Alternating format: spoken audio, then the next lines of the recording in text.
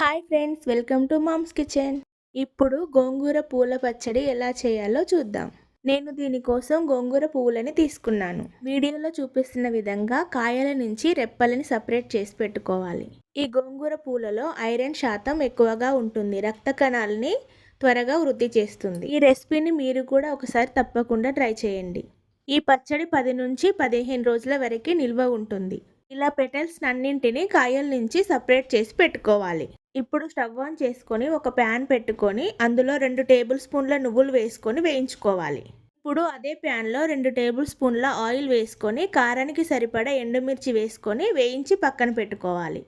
ఇదే ఆయిల్లో గోంగూర పూలను కూడా వేసుకొని ఒక 5 మినిట్స్ ఫ్రై చేసి తీసి పక్కన పెట్టుకోవాలి.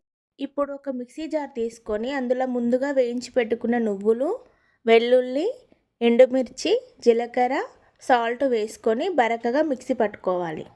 ఇందులోనే ముందుగా ఫ్రై చేసి పెట్టుకున్న గోంగూర పువ్వు కూడా వేసుకొని మిక్సీ పట్టుకోవాలి. స్టవ్ ఆన్ చేసుకొని ఒక ప్యాన్ పెట్టుకొని అందులో 2 టేబుల్ స్పూన్ల ఆయిల్ వేసుకోవాలి. పోపు దినుసులు, కరివేపాకు వేసుకొని ముందుగా రెడీ చేసి పెట్టుకున్న పూల పచ్చడి మిశ్రమంలో వేసుకోవాలి. ఎంతో టేస్టీ అండ్ హెల్దీ గోంగూర పూల పచ్చడి ready. Please like, share and subscribe.